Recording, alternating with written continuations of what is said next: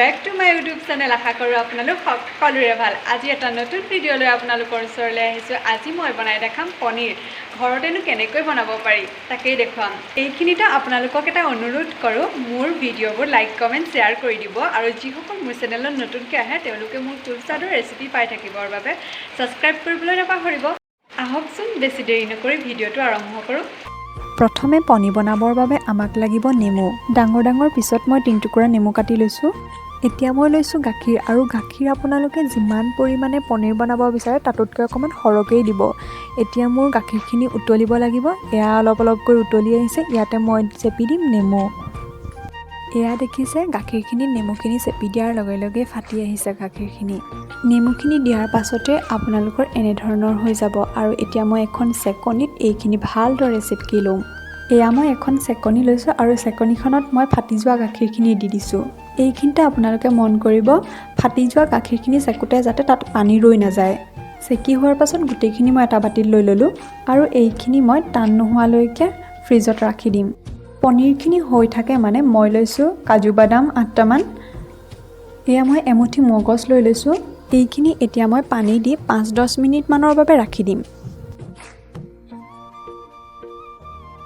মই যিহেতু চাহী পনীৰ বনাম সেইবাবে মই 3টা বিলাহী লৈ লৈছোঁ আৰু 2টা পিঁয়াজ লৈ লৈছোঁ।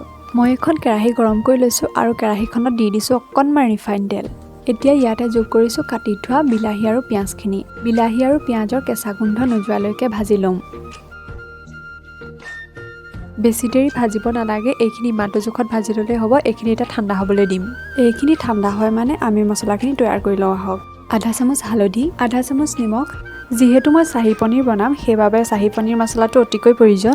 এয়া মই চাহী পনীৰ মছলা লৈ লৈছোঁ। চেনি লৈছোঁ 3 চামুচ। তিয়াই ৰখা মগজ আৰু কাজু বাদামখিনি কোমলি গৈছে। এতিয়া মই মিক্সিত মাৰি ল'ম। এয়া মগজ আৰু কাজু বাদামখিনি মই মিক্সিত মাৰি ল'লোঁ। ধুনীয়াকৈ মিহি হৈ গৈছে। ভাজি লোৱা পিঁয়াজ আৰু বিলাহীখিনিও মই পেষ্ট বনাই ল'লোঁ। পনীৰখিনি মই এনেধৰণেই পিচ কৰি ল'লোঁ আৰু আপোনালোকৰ মন পচন্দৰ জোখত পিচ কৰিব পাৰে। কেৰাহী এখন গৰম হ'বলৈ দি এতিয়া দি দিছোঁ তেল। তেলখিনি গৰম হোৱাৰ পাছতে মই অকণমান দি দিছোঁ গোটা জিৰা। আপোনালোকে নিদিলে নিদিবও পাৰে, মোৰ আছিল বাবে মই দি দিলোঁ। এতিয়া মই যোগ কৰিছোঁ বিলাহীৰ পেষ্টখিনি। এতিয়া বিলাহীখিনি অকণমান সময় মই ভাজি ল'ম।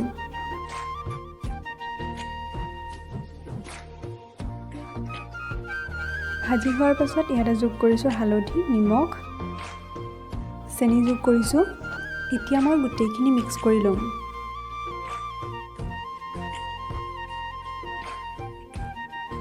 গোটেইখিনি মিক্স হৈ গৈছে আৰু ইয়াতে যোগ কৰিছোঁ মই মগজ আৰু কাজু বাদাম।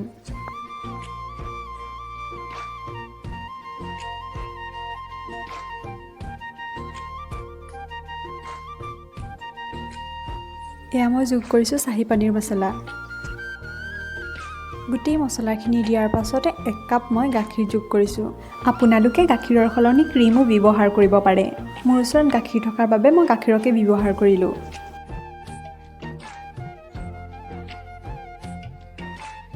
এতিয়া মই ইয়াতে যোগ কৰিছোঁ কাটি ৰখা পনীৰখিনি।